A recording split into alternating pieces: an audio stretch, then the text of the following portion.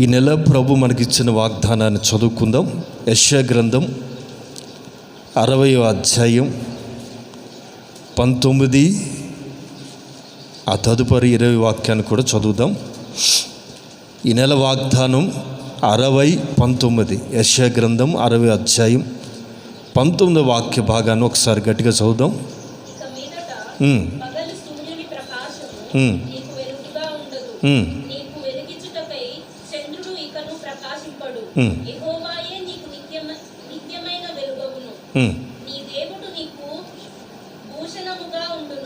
ఆమె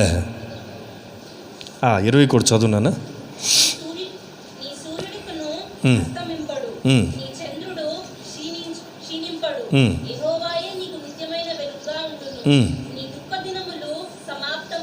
ఆమె చక్కని వాగ్దానం ప్రభు మనకి అనుగ్రహించారు. ఆ వాగ్దానాన్ని వివరిస్తాను, బాగా వినండి. ఇక మీదట పగలు సూర్యుని ప్రకాశం నీకు వెలుగుగా ఉండదు, నీకు వెలిగిచ్చుటకై చంద్రుడు ఇకను, నీకు వెలిగిచ్చుటకు సూర్యుడు కానీ చంద్రుడు కానట సరిపోడట. ఆ మాటలో నా అర్థం అదేనండి. ఇక మీదట నీకు వెలిగిచ్చుటకు పగలు సూర్యుని ప్రకాశం నీకు వెలుగుగా ఉండదు, నీకు వెలిగిచ్చుటకై చంద్రుడు ఇకను ప్రకాశించడు. ఎందుకు అలా ప్రకాశించలేకపోతాడు అంటే, ఆమె యెహోవాయే నీకు నిత్యమైన వెలుగవును. ఆమె నీ దేవుడు నీకు భూషణముగా ఉంటాడు. ఇంగ్లీష్లో ఏమనుందంటే గ్లోరీ. మనకు ఒక మహిమగా నీ దేవుడు నీకుంటాడు. యెహోవాయే నీకు నిత్యమైన వెలుగవును. అది వాగ్దానం. ఆ వాగ్దానం మీద చేతులు పెడదాం. అందరూ కూడా చిన్న ప్రార్థన చేసుకుందాం. ప్రభువా, నిత్యమైన వెలుగుగా ఇది మొదలుకొని మాకు తోడుగా ఉండండి. మాకు వెలిగిచ్చుటకు సూర్యుడు కానీ చంద్రుడు కానీ సరిపోరయ్యా. కోటి సూర్యుల కంటే తేజోమానమైన మీరు మా ఎదుట నడుస్తుండగా ఆ నిత్యమైన వెలుగు మా జీవితాలలో ప్రకాశించునుగాకని ప్రార్థిస్తున్నాం. మా కుటుంబాల్లో ఉన్న ప్రతి చీకటి తొలగించబడునుగాక, ప్రతి అంధకారము లయమైపోవునుగాక. నిత్యమైన వెలుగు మా మీద నిరంతరము ప్రకాశమానముగా ప్రకాశించునుగాకని ప్రార్థిస్తున్నాం. ఈ నెల మొదలుకొని నిత్యమైన వెలుగుగా మీరు తోడుగా ఉండి ప్రతి కుటుంబాన్ని నడిపించమని, బలపరచమని, వాగ్దానపు దీవెన కలుగుచ్చమని యేసు నామంలో ప్రార్థించి అడుగుచున్నాము తండ్రి. Amen, amen. బాగా ఆలకించండి. క్లుప్తంగా ఈ రోజున వాక్యం చెప్పి ముగిస్తాను, బాగా ఆలకించండి. యెహోవాయే మనకు నిత్యమైన వెలుగవును. ఆయన మనకు నిత్యమైన వెలుగైనప్పుడట ఆయన మనకి భూషణ కిరీటంగా ఉంటాడట. ఒక కిరీటంలాగా. చక్కని మాట. యెహోవాయే నీకు నిత్యమైన వెలుగవును, నీ దేవుడు నీకు భూషణముగా ఉండును. గ్లోరీ. ఓ మహిమ కలిగిన కిరీటంలాగా దేవుడు మన మీద ఉంటాడట. ఆయన మనకి వెలుగైతే అది కూడా ఎలాంటి వెలుగు? నిత్యమైన వెలుగు. ఒక కాలం ఉండి ఒక కాలం ఆగిపోయే వెలుగు కాదండి. Ever lasting light, ever lasting light. ఆ తరువాత 20 వాక్యాలు కూడా మీరు గమనిస్తే, నీ సూర్యుడు ఇకను అస్తమించడు, నీ చంద్రుడు ఇకను క్షీణించడు, యెహోవాయే నీకు నిత్యమైన వెలుగుగా ఉండును, నీ దుఃఖ దినములు సమాప్తములగును. ఆమె ఈ నెలలో మీరు నమ్మండి, విశ్వసించండి. ఆయన మనకు నిత్యమైన వెలుగై ఉండబోతున్నాడు. ఆయన మనకు నిత్యమైన వెలుగుగా ఉన్నప్పుడట ఆయన నీకు మహిమా కిరీటంగా మారుతాడట. ఆయన మహిమా కిరీటంగా ఆయన వెలుగుని నీ మీద ప్రకాశింప చేసినప్పుడు నీ దుఃఖ దినాలు సమాప్తం అవుతాయి. నమ్మిన వాళ్ళు గట్టిగా ఆమేన్ చెప్పండి. గట్టిగా. ఈ నెలతో మీరు గత నెల వరకు, గత రాత్రి వరకు ఏదైతే కన్నీరు కార్చి ఇక్కడికి వచ్చారో అవి ఆగిపోవునుగాక. యేసు నామములో మీ దుఃఖ దినములు సమాప్తం అవునుగాక.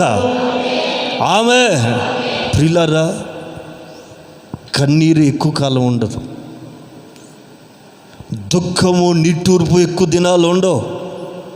ఇంతవరకు మీరు ఏ ఆవేదన చెంది గత నెల వరకు, గత రాత్రి వరకు మీరు ఎంత కన్నీరు గార్చి ఇక్కడికి వచ్చినా సరే, ఈ పగటి వేళ ప్రభు మీతో సూటిగా స్పష్టంగా మాట్లాడటానికి ఇష్టపడుతున్న సందేశం మీరు బాగా వినండి.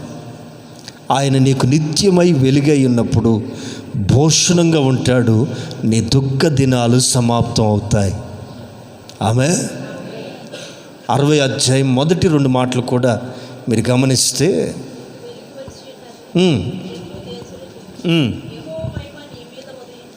యెహోవా మహిమ నీ మీద ఉదయించును.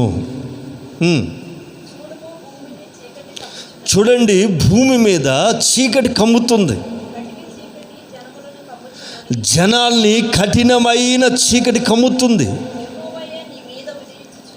యెహోవాయే నీ మీద ఉదయిస్తున్నాడు. ఆమేన్.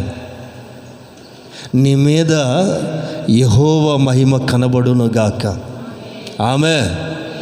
కొంతమంది ముఖాలు చూడగానే శనిముఖం అండి అంటారు. మరి వాళ్ళకి అది కనపడుతుందేమో మనకు తెలియదు. కానీ ఈ రాజు మొదలుకొని మీ మీద యెహోవాయే ప్రకాశించునుగాక, నిత్యమైన వెలుగై ఉండునుగాక. ఆమె యెహోవాయే నీ మీద ఉదయించును, ఆయన మహిమ నీ మీద కనబడుచున్నది. మన మీద ఏం కనపడాలా? యెహోవా మహిమ, యెహోవా మహిమ. ఆయనే నీకు నిత్యమైన వెలుగై ఉండాలని ఇష్టపడుతున్నాడు. నిత్యమైన వెలుగు. కీర్తనకారుడు దావీదు గారు, మనందరికీ తెలిసిన కీర్తనలో 23 కీర్తనలు అంటాడు, గాఢాంధకారపు, చెప్పండి చెప్పండి చెప్పండి అందరూ చెప్పండి, గాఢాంధకారపు లోయలో నేను సంచరించినను. అదేంటి అది? ఎందుకు భయపడు బాబు? చీకటి అంటే నీకు భయం లేదా? అడవి కదా, అంధకారం కదా, పావులు ఉంటాయి, తేళ్ళు ఉంటాయి, సింహాలు ఉంటాయి, అడవి మృగాలు, అవన్నీ ఉంటా కూడా నువ్వెందుకు భయపడు? ఏంటి సంగతి అంటే చాలండి. దావీదు అనుభవంలో రాసిన మాట అది. గాఢాంధకారపు లోయల్లో నేను సంచరించిన. ఆ స్టేట్మెంట్ కారణం ఏమంటేది? నిత్యమైన వెలుగు దావీదుతో కూడా ఉంది కనుక. ఆమె దావీదు దేవుడే మన దేవుడు, అబ్రహాము దేవుడే మన దేవుడు, మోషే దేవుడే మన దేవుడు. ఆ నిత్యమైన వెలుగుని మనం అనుభవిస్తున్న నీ మీద ఉదయిస్తుందా? యెహోవా నీ మీద ఉదయించునుగాక. ఆమె ఆయనే నీ మీద నిత్యమైన వెలుగుగా ఉండాలని కోరుకుంటున్న నెల. నిత్యమైన వెలుగు. అది రాత్రే కావచ్చు, పగలే కావచ్చు, కష్టకాలమే కావచ్చు, కరోనా కాలమే కావచ్చు, అది ఏ కాలాలు ఏవైనా కానివ్వండి, ఆయన మనకి నిత్యమైన వెలుగుగా ఉండనుగాక. Ever lasting light. ఎప్పటికీ అది పోగొట్టుకోలేం. అలాంటి వెలుగుని మనం పొందుకోవాలి. కీర్తనకారుడు 36వ కీర్తనలో ఒక చక్కని మాట చెప్తాడు. ఏమంటాడంటే, 36వ కీర్తన 9వ వాక్యంలో, నీ యొద్ద జీవపు ఊట కలదు. చూడండి, ఒక మంచి మాట దావీదు భక్తుడు రాస్తాడు. నీ యొద్ద జీవపు ఊట కలదు. ఏం కలదండి? ఆమె జీవము కలిగిన ఊట కలదు. దేవుని దగ్గర ఏముందండి? ఊట దగ్గర నాటుకుంటేనట మొదటి కీర్తనలో చక్కగా రాస్తాడు ఆ కీర్తనకాడు. ఆకు వాడక తన కాలంలో ఫలములిచ్చే చెట్టులాగా మారుతాడు. అతడు చేయనదంతా, చాలా మంచి మాటలు ఆ కీర్తనలో మనం చదువుతాం. ఓట దగ్గరికి వెళితే ఏ చెట్టు అయినా బ్రతుకుతుందండి. ఓట దగ్గరికి వెళితే ప్రాణం పోగొట్టుకునేవాడైనా ప్రాణం నిలబెట్టుకుంటాడు. ఓట, ఈ ఓటలు కాలానికి వచ్చేసరికి ఎండిపోతాయి. మీరు చూడండి, కాలువలు ఎండాకాలం వచ్చేసరికి ఏమైపోతాయి. కానీ ఇక్కడ కీర్తనకాడు ఏమంటాడంటే, దావీదు భక్తుడు, నీ యొద్ద జీవపు ఓట. ఆమె జీవము కలిగిన ఓట ఉంది. ఆ జీవము కలిగిన ఓట దగ్గరికి వచ్చినప్పుడు నీ వెలుగు నొంది, నీ జీవపు ఓట దగ్గరికి వచ్చిన ప్రతి వ్యక్తిని నీ వెలుగుతో నింపుతాం. నీ వెలుగును పొంది మేము వెలుగును చూస్తున్నాం. నీ వెలుగును పొంది మేము వెలుగును చూడగలుగుతున్నాం. మరొక చోట అదే కీర్తనలో 43వ కీర్తనలో కీర్తనకాడు ఏమని రాస్తాడంటే, 3వ వాక్యంలో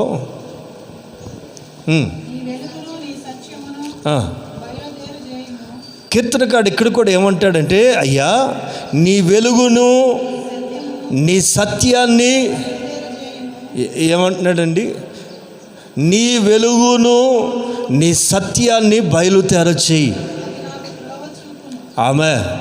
అవి నాకు త్రోవ చూపును.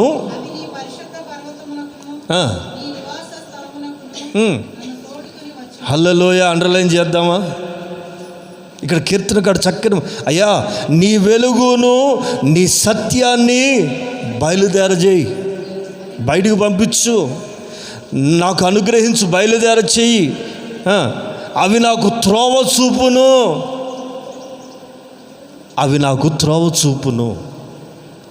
నీ వెలుగుని నీ సత్యాన్ని బయలుదేర చేయి. మన జీవితంలో ఈ వెలుగు కావాలి. ఆయన మన మీద ఉదయిస్తే వెలుగు చేత నింపబడతాం. వెలిగించబట్టువంటిది 18:28 కీర్తనలో అంటాడు. 18:20 కీర్తనలో 28 కీర్తన గ్రంథం 18వ కీర్తన, నీవే యెహోవా. Praise the lord. కీర్తనకాడు ఇక్కడ చక్కని మాట చెప్తాడు, నా దీపాన్ని వెలిగించేవాడవు నీవే. దీపాన్ని వెలిగిస్తాడట. ఏమిటి దీపం? నరుని ఆత్మ యెహోవా పెట్టిన దీపం. మనలో ఆత్మ ఉంది కదా, ఈ ఆత్మ దేవుని వల్ల మనం పొందుకున్నాం. సృష్టిలో ఏ జీవరాశికి దేవుని ఆత్మ లేదు. దేవుడు పంచిచ్చిన ఆత్మను మనం కలిగి ఉన్నాం కనుకనే సృష్టిని ఏలుబడి చేస్తున్నాం. ఏ జీవరాశిలో కూడా ప్రాణం ఉంది కానీ, శరీరం ఉంది కానీ ఆత్మ వాటికి లేదు. మనిషికి మాత్రమే దేవుడు ఆత్మనిచ్చాడు. ఈ ఆత్మని వెలుగుతూ ఉండేటట్లుగా, మండుచూ ఉండేటట్లుగా, చీకటిగా ఆరిపోకుండాట్లుగా వెలిగించేవాడు ఆయనే. నా దేవుడైన యెహోవా చీకటిని వెలుగుగా చేయును. మనం కోరుకుంటే ఈ దీపం ఎప్పుడు కూడా వెలుగుతూ ఉండేటట్లుగా చేస్తాడు. ఆమె హల్లెలూయా. సుడిగాలిలోనైనా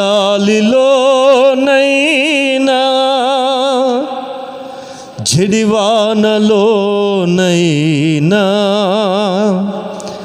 ఆరిపోదులే నీవు వెలిగించిన దీపము. ఆరని దీపమై దీప్యమానమై నా హృదయ కోవెలపై దీపాల తోరణమై, ఆరని దీపమై దీప్యమానమై స్నానమై నా హృదయ కోవెలపై దీపాల తోరణమై చేసావు పండుగ వెలిగావు నిండుగా చేసావు పండుగ వెలిగావు నిండుగా నా దీపము యేసయ్యా నీవు వెలిగించినావు సుడిగాలిలోనైనా చెడివానలోనైనా ఆరిపోదులే నీవు వెలిగించిన దీపము నీవు వెలిగించిన దీపము నీవు వెలిగించిన దీపము నీవు వెలిగించిన దీపము. హల్లెలూయా. ఆయన గనక వెలిగిస్తే ఆ దీపం ఆరిపోదు. ఆయన మన దీపాలని వెలిగించాలి. బాగా ఆలకించండి. ఇక్కడ ఈ కీర్తనకాడు, అయ్యా నీ వెలుగును నీ సత్యాన్ని బయలుతేర చేయుము. ఆయన వెలుగు మనకి ఏం చేస్తుంది? ఆయన వెలుగు మనకి ఎలా నడిపిస్తుందండి? అవి నాకు త్రోవ చూపును,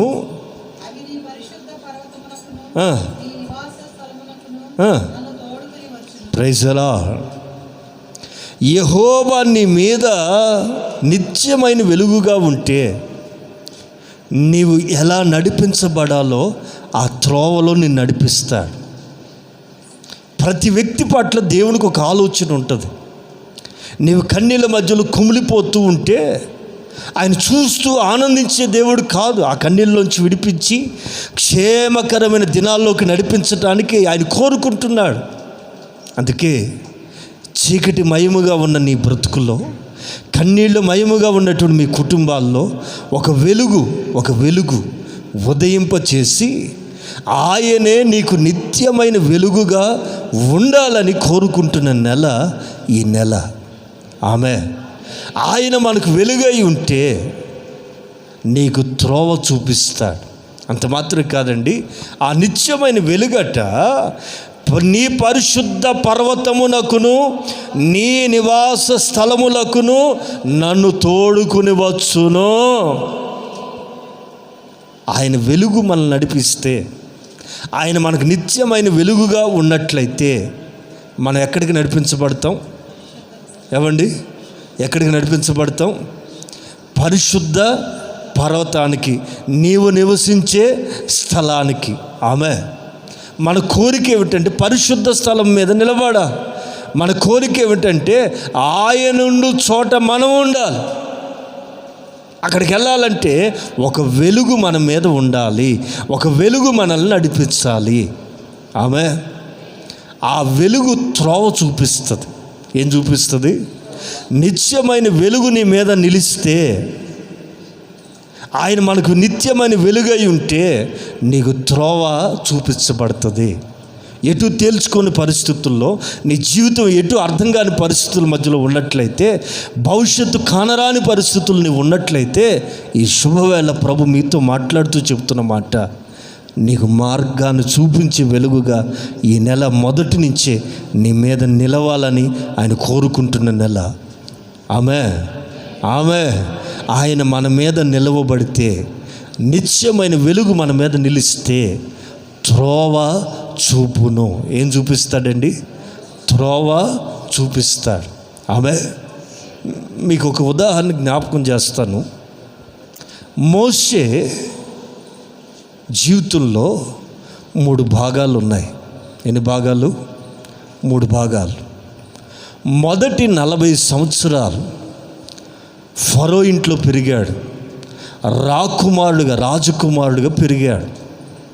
ప్రిన్స్, రాకుమారుడుగా అల్లారు ముద్దుగా ఎంతో సుఖభోగాలతో ఐగుప్తు సకల విద్యలు యందు ప్రవీణుడై 40 సంవత్సరాలు పెరిగాడు. ఆ తరువాత దేవుని దర్శనాన్ని బట్టి, దేవుడు మాట్లాడిన విధానం బట్టి ఐగుప్తును విడిచిపెట్టి వాళ్ళ మామ ఫరో దగ్గరికి వచ్చాడు. అక్కడ ఎన్ని సంవత్సరాలు ఉన్నాడు? 40 సంవత్సరాలు ఉన్నాడు. 40 సంవత్సరాల్లో అతడు రాజకుమారుడు అంతటి వాడు ఒక సామాన్యుడిగా నలిపివేయబడ్డాడు, ఒక జీతగాడిలాగా మారిపోయాడు. ఆ తరువాత 40 సంవత్సరాలు అనగా ఇశ్రాయేల్ ప్రజల్ని నడిపించేటప్పుడు మోషే వయసు ఎంత చెప్పండి? 80 సంవత్సరాలు. దేవుడు వాడుకునేది ఎప్పుడో తెలుసండి? కొంచెం లేట్ ఎర్లీగా. మనం కానీ అప్పగించుకుంటే ఒక్కొక్కరి పట్ల ఒక్కొక్క మార్గం కలిగి ఉంటాడు. ఒక్కొక్కరి పట్ల దేవుడికి ఒక ఉన్నతమైన ప్రణాళిక. యాక్చువల్గా మోషే మొదటే లోబడి ఉంటే యవన కాలంలోనే వాడుకుని ఉండేవాడేమో. కనుక ప్రియులారా, యవనస్తులారా బాగా వినండి. యవన కాలంలో మీ జీవితాలు దేవునికి అప్పగించబడాలి. వింటున్నారా? అందరు తలపైకి ఎత్తండి. యవన కాలంలో మీ జీవితాలు దేవుని చేతికి అప్పగించబడాలి. అలా అప్పగించబడితే దేవుడు యవన కాలంలోనే మిమ్మల్ని వాడుకోవటం ప్రారంభిస్తాడు. నా మాటలు వినాలి. 120 సంవత్సరాల అనుభవంలో మోషే తన మామ మంద ఇత్రో మందని మేపుతున్నటువంటి టైంలో దేవుని పర్వతమైన ఒక స్థలం దగ్గరికి వెళ్ళాడు. నిర్గమకాండం 3వ అధ్యాయంలో మనం గమనిస్తే అక్కడ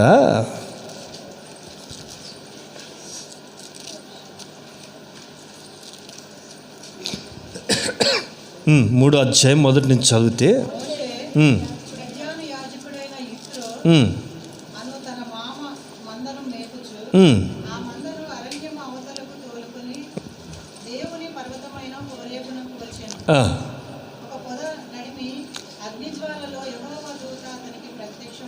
అగ్ని జ్వాలల్లో యెహోవా దూత అతనికి ప్రత్యక్షమై అతనికి కనబడెను. దేనివల్ల? పొద మండుచుండెను. దేనివల్ల? అగ్ని వల్ల పొదట మండుతా ఉందట.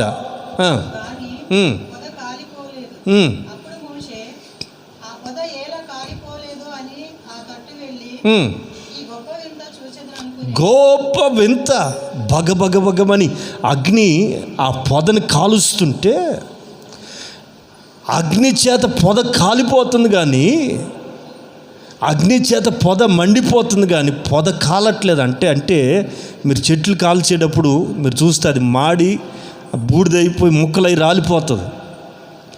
ఎంతసేపు అగ్ని మండుతుంది కానీ పొద కాలట్లేదట, పచ్చిగానే ఉందట. ఏమిటి ఇంత వింత? ఇదేంటిది? ఇక్కడ ఏం జరుగుతుందని దగ్గరికి వెళ్ళి చూద్దామని మోషే ఆ వెలుగు దగ్గరికి వెళ్ళాడు. వింతైన అగ్ని వలన కలిగిన ఆ వెలుగు దగ్గరికి మోషే నెమ్మదిగా దగ్గరికి వెళ్తూ ఉంటే అగ్నిలో నుండి అనగా వెలుగులో నుండి దేవుడు మాట్లాడుతున్నాడు. ఏమని?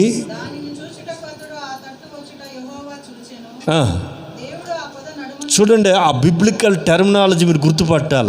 ముందేమని రాయబడింది? యెహోవా దూత. ఆ తరువాత వెనువెంటనే ఏమని రాస్తుంది అక్కడ? యెహోవా. యెహోవా దూత ఎవరు? యెహోవా ఎవరు? యెహోవా దూత అంటే ఆయా సందర్భాల పాత నిబంధనలు మనం గుర్తుపట్టాల్సింది ఏంటంటే యేసయ్య. అబ్రహాం దగ్గరికి వచ్చింది ఆయనే, ఈ పొద దగ్గరికి వచ్చింది కూడా. ఓ పక్క నుంచి చూస్తుంటే యేసయ్య కనపడుతున్నాడు, మరో పక్క నుంచి చూస్తుంటే యెహోవా కనపడుతున్నాడు. ఇద్దరు ఒకటే.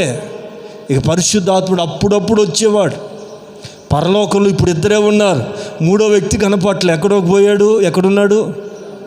ఆమె ప్రైజ్ అలా. ఎప్పటి వరకు ఉంటాడు? మనం వచ్చేదాకా ఆయన వెళ్ళడు. ఆమె ప్రైజ్ అలా, హల్లెలూయా, హల్లెలూయా. బాగా గుర్తుపట్టండి, వెలుగు దగ్గరకు వస్తే, ఆ వెలుగు మన మీద ప్రకాశిస్తే, ఆ వెలుగు మన మీద నిలుచుంటే, మోషేకి ఇప్పుడు తనను గూర్చిన దేవుని చిత్తం బయలుపరచబడతా ఉంది. అతని జీవితం గురి గమ్యం లేకుండా, విలువ లేకుండా, తన జీవితం తనకి అసహ్యంగా, తన జీవితం తన మీదే విసిగిపోయి ఉన్నాడు మోషే. రాజు అంతటి వాడినే, రాజు తర్వాత రాజు కావాల్సినంతటి వాడినే నాకేమిటి కర్మ అన్నట్లుగా తను ఎంతో కృంగిపోయి ఉన్నాడండి. ఒకానొక పరిస్థితిని బట్టి బయటకు వచ్చా. దేవుడు మోషేని మర్చిపోలే. మోషే పట్ల దేవునికి ఒక ప్రణాళిక ఉంది. మార్గము కలుగుతుంది. ఆమె పరిశుద్ధ పర్వతమునకు యొద్దకు నడిపిస్తుంది. ఆమె వెలుగు నేను ఎక్కడికి నడిపిస్తుందండి? మోషే దగ్గరికి వచ్చేటప్పుడు ఏమని చెప్పాడు దేవుడు? ఆ అగ్నిలో నుండి, పొదలో నుండి ఏమని పిలుస్తున్నాడు చూడండి. దేవుడు ఒక్కసారి పిలిస్తేనే గుండెలు బయలిపోయే శబ్దం. మోషే మోషే అని ఎందుకు పిలవాలి? మోషే కన్ఫ్యూజన్లో ఉన్నాడు. మాట్లాడేది ఈ వెలుగు దేవుడా మరెవరైనా? మోషే కన్ఫ్యూజన్లో ఉన్నాడు. అందుకే కన్ఫర్మేషన్గా 2 మార్లు పిలుస్తున్నాడు. మోషే మోషే అని పిలుస్తున్నాడు. అప్పుడు చూసారండి ఆ పదం చూసారా? సమూయేలు సమూయేలు అని పిలుస్తుంటే సమూయేలు కూడా ఏమన్నాడండి? Maybe 14 years. సమూయేలుకి అప్పుడు వయసు ఎంత తెలుసా? వాళ్ళ అమ్మ పాలు విడిచి వదిలిపెట్టింది ఎప్పుడు తెలుసా? Maybe 14 years. 14-15 ఏళ్ల వయసు. అటు చిన్న వయసు కాదు, అటు పెద్ద వయసు కాదు, లేత వయసు. ఆ వయసులో స్వరం విన్నప్పుడు ఏమంటున్నాడు? అలా అయ్యగారు చెప్పాడు, ఒరే ఈ స్వరం కొరకు నేను ఏడుస్తున్నా. ఈ స్వరం నన్ను దర్శించి చాలా కాలమైంది. ఒక వెలుగు నన్ను దర్శించేది ఒకప్పుడు. ఆ వెలుగుని నేను పోగొట్టుకున్నాను. ఆ వెలుగు ఒకప్పుడు నా మీద నిలిచేది, నేను పోగొట్టుకున్నాను. కనుక నువ్వేమంటావంటే, నీ దాసుడు ఆలకిస్తున్నాడు. చిత్తం ప్రభు, యేసులో చిత్తం ప్రభు అని చెప్పు. అప్పుడు ఆయన నీతో మాట్లాడతాడు. ఆ వెలుగు నీ మీద నిలుస్తుంది. ఆ వెలుగు నీ పట్ల ఆయన కోరుకుంటున్న ఆలోచన బయలుపరచబడుతుంది. నిన్ను ఆయన కోరుకుంటున్న మార్గంలో నడిపిస్తాడు. ఆమె నా ప్రియమైన వారలారా బాగా వినండి. వెలుగు నిలవబడాలి. నిత్యమైన వెలుగు మన మీద నిలిస్తే, నిత్యమైన వెలుగు మనల్ని పరిశుద్ధ పర్వతం మీదకి నడిపిస్తుంది. ఆయనున్న నివాస స్థలానికి నడిపిస్తుంది. మోషే జీవితం విలువలేని జీవితంగా ఉన్న పరిస్థితుల్లో, ఏమాత్రం గౌరవం లేని పరిస్థితుల్లో, ఓ అనామకుడిగా అరణ్యంలో బతుకుతున్నటువంటి మోషేని దేవుడు గుర్తుపెట్టుకుని అరణ్యంలో వెలుగుతో దర్శించాడు. సంఘంలో ఉన్న నిన్ను దర్శించడా? యేసు రక్తం చేత కడగబడిన నిన్ను దర్శించడా? నీ మీద నిలవలేడా? నీ మీద తన వెలుగు నింపలేడా? కనుకనే ఈ పూట బాగా ఆలకించండి.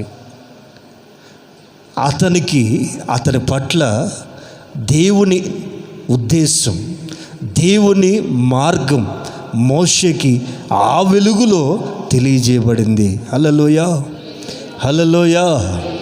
వెలుగులో మార్గం తెలియజేయబడుతుంది.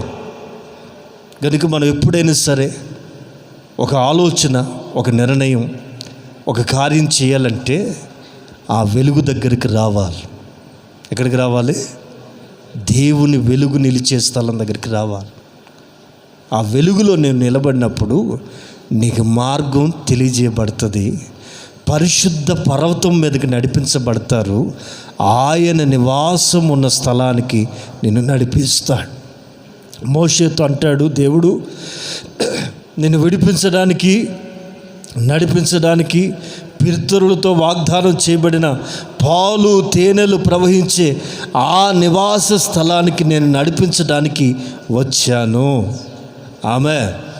ఆమె నివాస స్థలం అనగా మనకు ఒక సెటిల్మెంట్ దేవుడు చేస్తాడు. ఈ రోజున ఎంత కలవరం మధ్యలో ఉండి మాట వింటున్నా, ఎంత ఆవేదనతో ఇక్కడికి వచ్చి మాటలు వింటున్నా, ప్రభు నీతో స్పష్టంగా మాట్లాడుతున్న మాట, నీకు ఒక సెటిల్మెంట్ దేవుడు చేయాలని కోరుకుంటున్నాడు. నీ కన్నీళ్లకు ముగింపు కలగాలని, నీ దుఃఖానికి విడుదల కలగాలని ప్రభు కోరుకున్నవాడై ఈ మాట మీకు సెలవిస్తున్నారు. యెహోవాయే మీకు నిత్యమైన వెలుగవునుగాక. ఆమేన్. హల్లెలూయా, హల్లెలూయా, హల్లెలూయా. నిత్యమైన వెలుగు. నిత్యమైన వెలుగులో నడిస్తే ఏమవుతుందండి?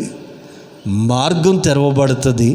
పరిశుద్ధ పర్వతం మీదకి నడిపించబడతాం, నివాస స్థలానికి నడిపించబడతాం. కీర్తనకాడు మరొక చోట కూడా ఏమంటాడంటే 56వ కీర్తనలో 56వ కీర్తన 12వ వాక్యంలో ఏమంటాడంటే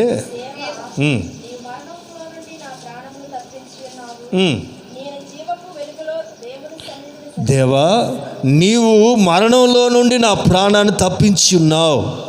నేను జీవపు వెలుగులో దేవుని సన్నిధిని సంచరించున్నట్లు జారి పడకుండా నా పాదాలు తప్పించి ఉన్నావు. ఎందుకు తప్పిస్తున్నాడు జారిపోకుండా అంటే, జీవము గల దేవుని సన్నిధిలో సంచరించినట్లు. నీవెక్కడ సంచరించాలో తెలుసండి? జీవపు వెలుగులో. నేను జీవపు వెలుగులో దేవుని సన్నిధిని సంచరించాలి. నువ్వెక్కడ సంచరిస్తున్నావు? ఎక్కడ సంచరిస్తున్నావు? నీ నడక, నీ పడక, నీ తలంపులు దేవుడు ఎరిగినవాడు. అర్థమవుతుందండి? నడకని, పడకని, తలంపులన్నిటిని కూడా ఎరిగినవాడు నజరేయుడైన యేసు.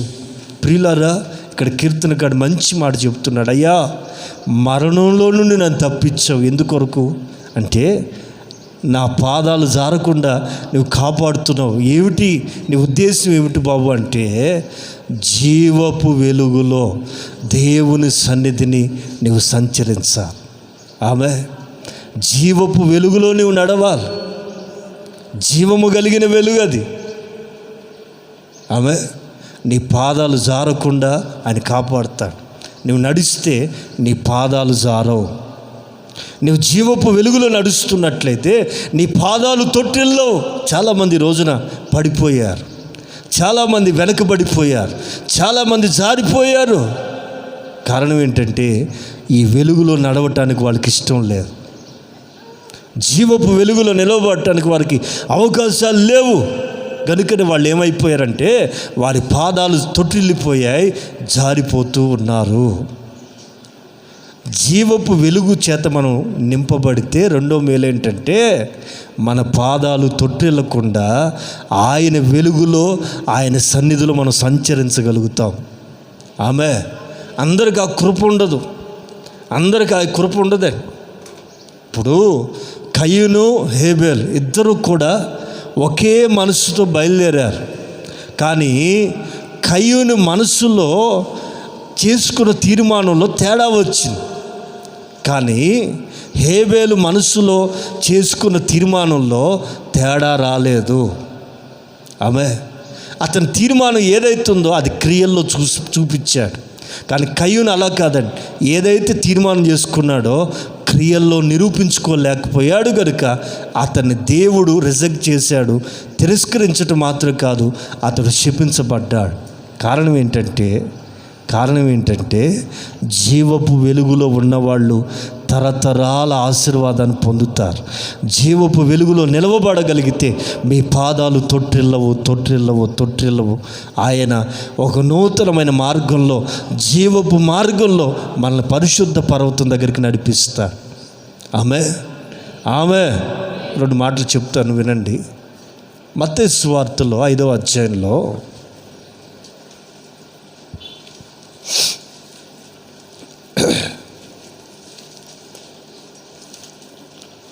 దానికంటే ముందు 4వ అధ్యాయం 12 నుంచి 16 వాక్యాలు కలిసి ఉన్నాయి. అందులోనే కిందది జెబూలూను దేశం అది చదవండి.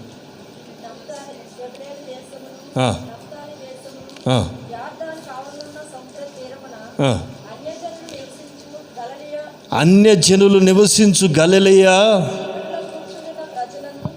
చీకటిలో కూర్చుండి ఉన్న ప్రజలను ఆమె యేసు ప్రభు ఈ లోకంలోకి దిగి రావటం ద్వారా అన్యజనులు చీకటిలోను మరణ ఛాయలోను కూర్చుండి లేవలేని పరిస్థితుల్లో అంధకారములో ఉన్న వాళ్ళు గొప్ప వెలుగుని చూశారు. యేసు ప్రభు ఈ లోకానికి రావటం ద్వారా జీవపు వెలుగు భూమి మీదకు వచ్చింది. ఇది మీరు గమనించాలి. యేసు ప్రభుని నమ్ముకోవటం అంటే లోక ఆచారాలు విడిచిపెట్టడమే కాదండి, జీవపు వెలుగులో నడవటం. మనం వెళుతున్న మార్గంలో జీవం ఉంది, మనం వెళుతున్న మార్గంలో వెలుగు ఉంది, జీవం ఉంది. ఆ మార్గంలో నువ్వు నడిపించబడాలి. ఏదో ఆచారంగానో నామకార్థంగానో అంతంత మాత్రం భక్తిగా కాదండి, జీవపు వెలుగుని మీరు అనుభవించాలి. ఆమె జీవపు వెలుగు చేత మీరు నింపబడాలి. అది రుచి చూస్తే మీకు అర్థమవుతుంది. కనుకనే మరల జ్ఞాపకం చేస్తున్నా, ఐగుప్తీలో నుంచి ఇజ్రాయేల్ ప్రజలను విడిపించడానికి మోషే బయలుదేరినప్పుడు అనేకమైన అద్భుతాలను దేవుడు చేస్తూ వచ్చాడు. సూచక కార్యాలు ప్రభు చేశారు. ఎన్నో అద్భుతాలు చేసినప్పుడేమో ఫరో ఒప్పుకునేవాడు, మరలా హృదయాన్ని కఠినపరుచుకుంటూ వచ్చేవాడు. ఎన్నెన్నో మహత్కార్యాలు, గొప్ప కార్యాలు ప్రభు చేసిన సందర్భంలో ఒకసారి కఠినమైన చీకటి ఆ దేశం మీద ఆవరించింది. నిర్గమకాండం 6వ అధ్యాయం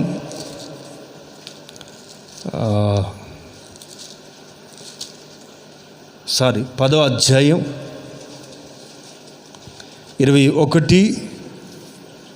21 వాక్యం చదవాలి.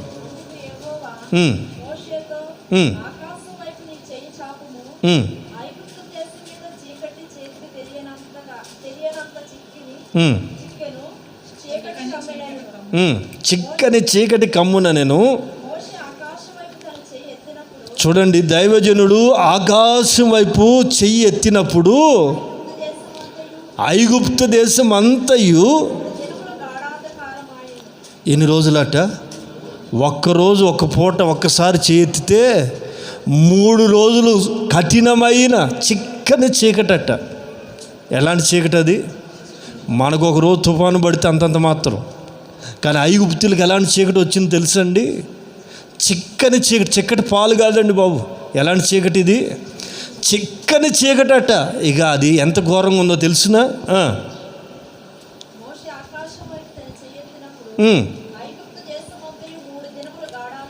గాఢ అంధకారం ఆయను.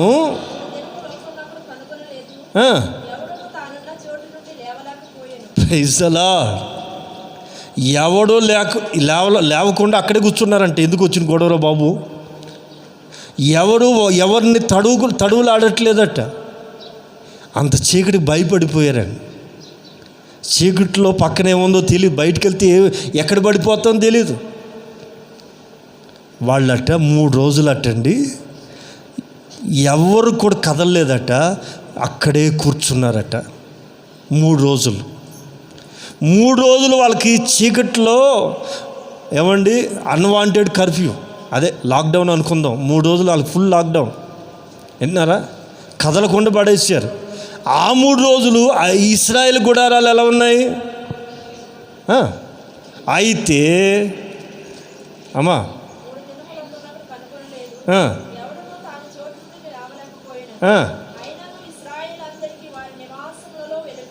ఎలా ఉంది? ఇశ్రాయేలీలు ఎక్కడున్నారు? ఐగుప్తులోనే ఉన్నారు. ఊరు బయట గుడారాలు వేసుకుని ఉన్నారు.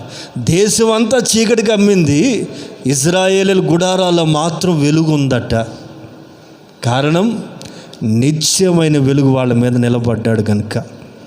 ఆమె ఈరోజు నీ కుటుంబం మీద కూడా ఆయన నిలబడాలి, నీ మీద ఆయన ఉదయించాలి. అది నేను చెప్పేది. కఠినమైన పరిస్థితులు వస్తున్నాయి, చీకటి లోకమంతా కమ్ముతుంది, కానీ నీ మీద మాత్రం యెహోవా ప్రకాశించునుగాక. విశ్వసించండి, ఆయన వెలుగు మిమ్మల్ని నింపాలని, నిత్యమైన జీవపు వెలుగు చేత మీ కుటుంబాలు నింపబడాలని, కరువులో క్షేమం ఇచ్చి మిమ్మల్ని బ్రతికించాలని, ఆపదలన్నిటిలో ఆధారమై ఆయన ఉండాలని కోరుకుంటున్న మాసం ఈ మాసం కనుక 8వ నెల రోషము కలిగి విశ్వాసాన్ని బలపరుచుకుని ఈ మాటలు వినండి. ఐగుప్తు దేశం అంతా కూడా 3 రోజులు కఠినమైన చీకటి ఉంది, కానీ ఇశ్రాయేలీల గుడారాల్లో మాత్రం నిత్యమైన వెలుగు. అది కరెంటు పోతే పోయేది కాదు, దీపాలు ఆర్పుకుంటే ఆరిపోయేది కాదు. ఆయనే నిత్యమైన వెలుగుగా ఆ గుడారాల మీద నిలవబడ్డాడు కనుక, ఒక వెలుగు ఆ గుడారాల మీదకి వచ్చింది కనుక దేశమంతా కూడా కఠినమైన చీకటి ఉంది, కానీ ఇశ్రాయేలీల గుడారాల్లో మాత్రం చీకటి లేదు. కారణం, యేసయ్య రక్తానికి గుర్తుగా గొర్రె పిల్ల రక్తపు ఆనవాలు వారు గుడారాల మీద ప్రోక్షించుకున్నారు కనుక, కమ్ముల మీద గుడారాల మీద ఆ రక్తపు ఆనవాలు ఉంది కనుకనే ఆ గుడారాల మీదకి దేవుని నిత్యమైన వెలుగు దిగి వచ్చింది. ఆమె చీకటిలోను మరణ ఛాయలో కలిగిన అన్యజనుల మధ్యలో, అన్యజనుల మీద కట్ట ఆ ప్రవచనం, యెషయా ప్రవచనం నెరవేర్చుటకే యేసు ప్రభు లోకానికి వెలుగుగా, నిత్యమైన వెలుగుగా, జీవపు వెలుగుగా ఆయన ఈ లోకానికి వచ్చారు. ఆమె యేసు ప్రభు దిగిరానంత వరకు 400 సంవత్సరాలు చీకటి కాలముగా బైబిల్ పండితులు చెప్తారు. ఎన్ని సంవత్సరాలు? 400 సంవత్సరాలు వాక్యపు వెలుగు లేదు మనుషులకి భూమి మీద. 400 సంవత్సరాలు చీకటి కాలం. ఎవరికి? భూమి మీద ఉన్నటువంటి మనుషులకి. మనం మలాకి నుంచి మత్తయి వారికి మనం చూస్తే 2 పేజీలు ఖాళీగా వదిలేశారు. అది అక్కడ చీకటి కాలంగా బైబిల్ పండితులు చెప్తారు. 400 సంవత్సరాలట వెలుగు వారికి ఉదయించలేదట, దేవుని మాట వారు వినలేదట. అందుకని మనుషులు 400 ఏళ్ళు చీకట్లో ఉండిపోయారు. ఆ తరువాత మరియ దగ్గరికి వచ్చింది ఒక వార్త. ఆమె జీవపు వెలుగుని వారు పొందుకోవటం జరిగింది. మన ప్రభు అయిన యేసయ్య జీవపు వెలుగుని భూమి మీద ప్రసరించడానికి 33.5 సంవత్సరాలు ఈ లోకంలో సంచరిస్తూ వచ్చారు. 5వ అధ్యాయంలో మనం గమనిస్తే మత్తయి సువార్త 5వ అధ్యాయం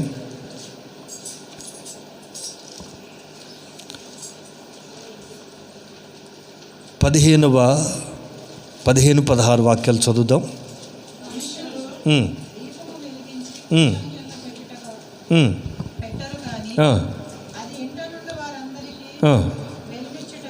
ఇంట నుండి వారందరికి వెలిగించుటకై దీపపు స్తంభం మీదనే పెట్టబడును. మీ సత్క్రియలను చూసి వారి ఎదుట మీ వెలుగు ప్రకాశింపనీయుడి.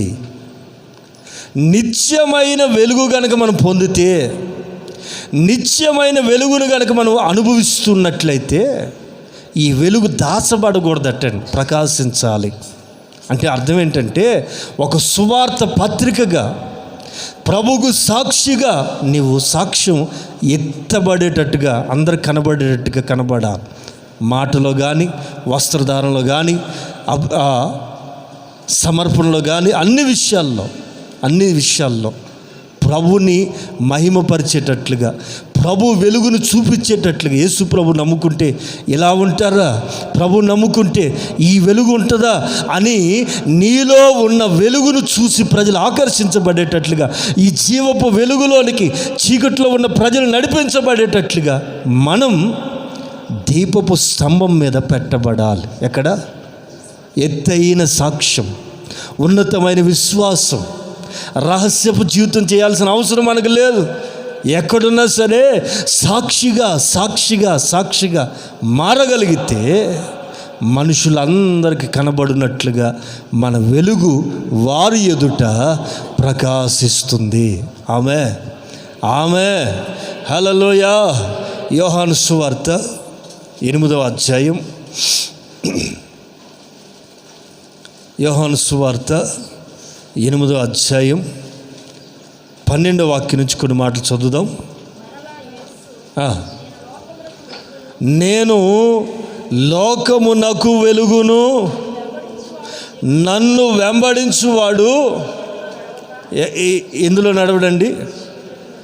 ఆయన నిజంగా మనం వెంబడిస్తే, జీవపు వెలుగులో నడుస్తూ ఉంటే పొరపాటును కూడా చీకట్లో నడవం.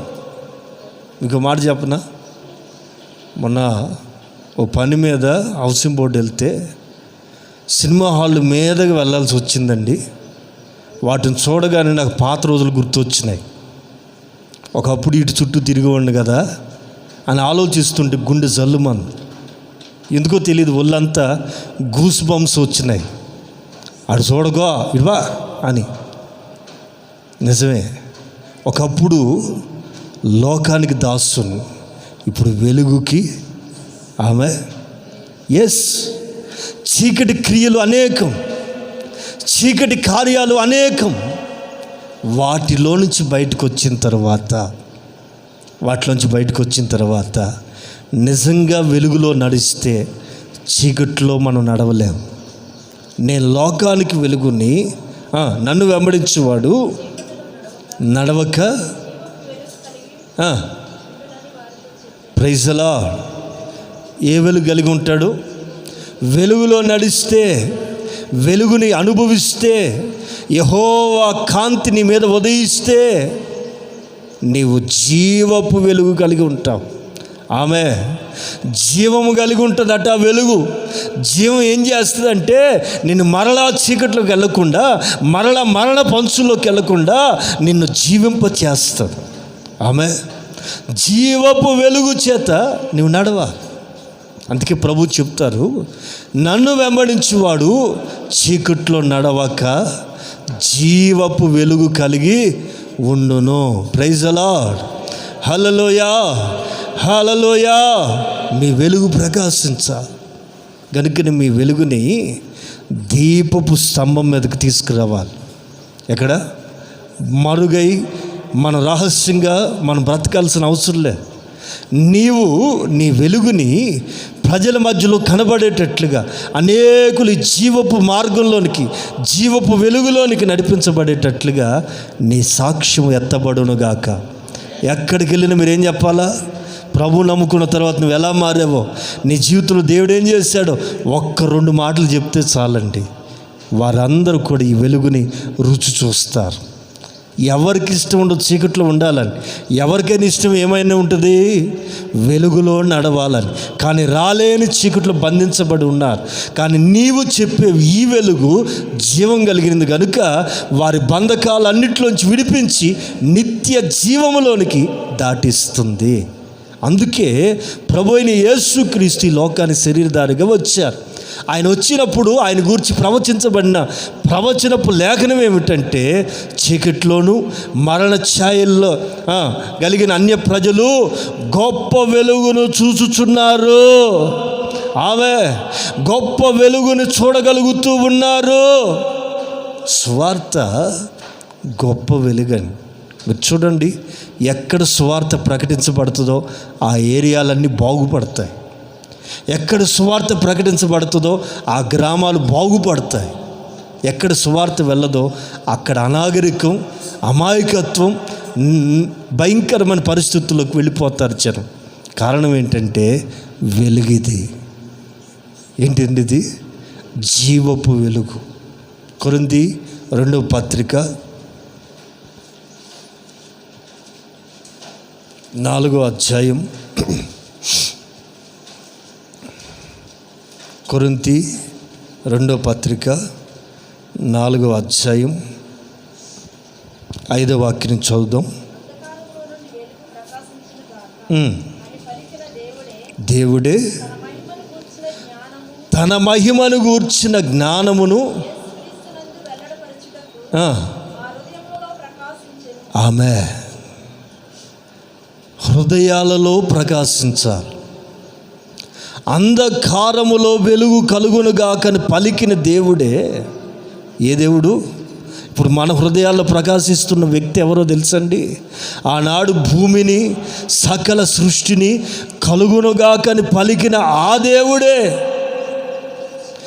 వెలుగు కలుగునుగాకని పలికిన ఆ దేవుడే రహస్యమందలి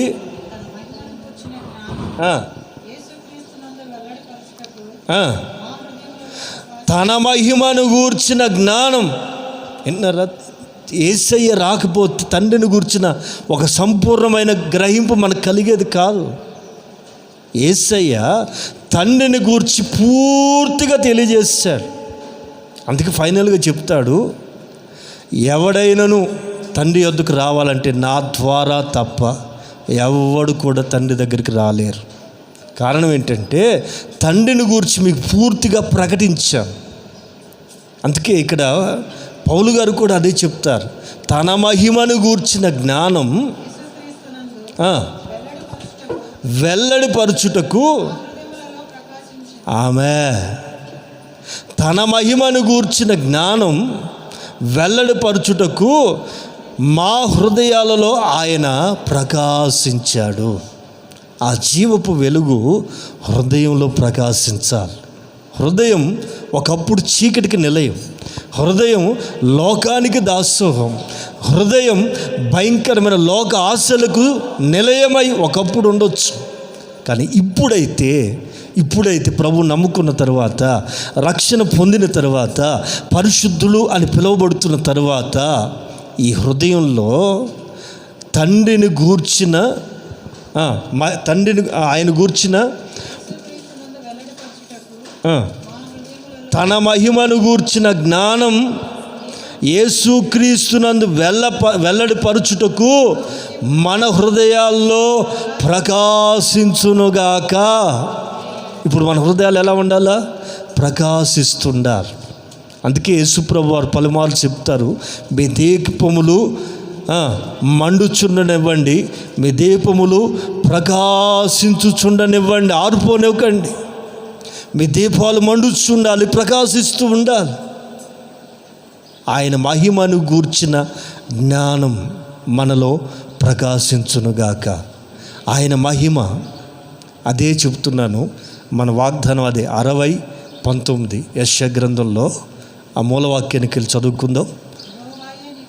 యెహోవాయే నీకు నిత్యమైన ఎవర్లాస్టింగ్ లైట్ అండ్ నీకు భూషణముగా, గ్లోరీగా, మహిమగా నీకు ఉండును. నా మాట నమ్మండి, ఈ 40 దినాల ఉపవాసంలో నీకు ఒక మహిమ నీ తల మీదకి రాబోతుంది. నిత్యమైన వెలుగు నీ కుటుంబం మీదకి రాబోతుంది. ప్రభు సెలవిచ్చిన మాట మనస్ఫూర్తిగా నిండు మనసుతో తెలియజేస్తున్నాను. నమ్మండి, యెహోవాయే మీకు నిత్యమైన వెలుగుగా, ఆయనే మీకు ఒక భూషణముగా, ఒక మహిమ కలిగిన కిరీటముగా మీ హృదయాల్లో ప్రకాశిస్తూ నిత్యమైన వెలుగుతూ ఆయన మిమ్మల్ని నింపునుగాక. ఆమె ఆయన నిత్యమైన వెలుగుతో మీరు నింపబడినప్పుడు 20వ వాక్యంలో రాయబడుతుంది, యెహోవాయే మీకు నిత్యమైన వెలుగవును, మీ దుఃఖ దినాలు సమాప్తం అవుతాయి. ఆమె ఈ నెల మొదలుకొని విశ్వసించండి, ఈ రోజే వాటిని విడిచిపెట్టండి. మీ దుఃఖ దినాలు ఇక్కడితోనే ముగించబడుతున్నాయి. కారణం ఏంటంటే నిత్యమైన వెలుగుగా ఆయన మీ మీద నిలవాలని, యెహోవాయే మీకు నిత్యమైన వెలుగు అవ్వాలని కోరుకుంటున్న నెల ఈ నెల. నిత్యమైన వెలుగు చేత ఆయన మిమ్మల్ని నింపునుగాక. ఆ నిత్యమైన వెలుగు చేత నింపబడుట ద్వారా మీ దుఃఖ దినాలన్నీ కూడా సమాప్తమవునుగాక. Amen, amen, amen.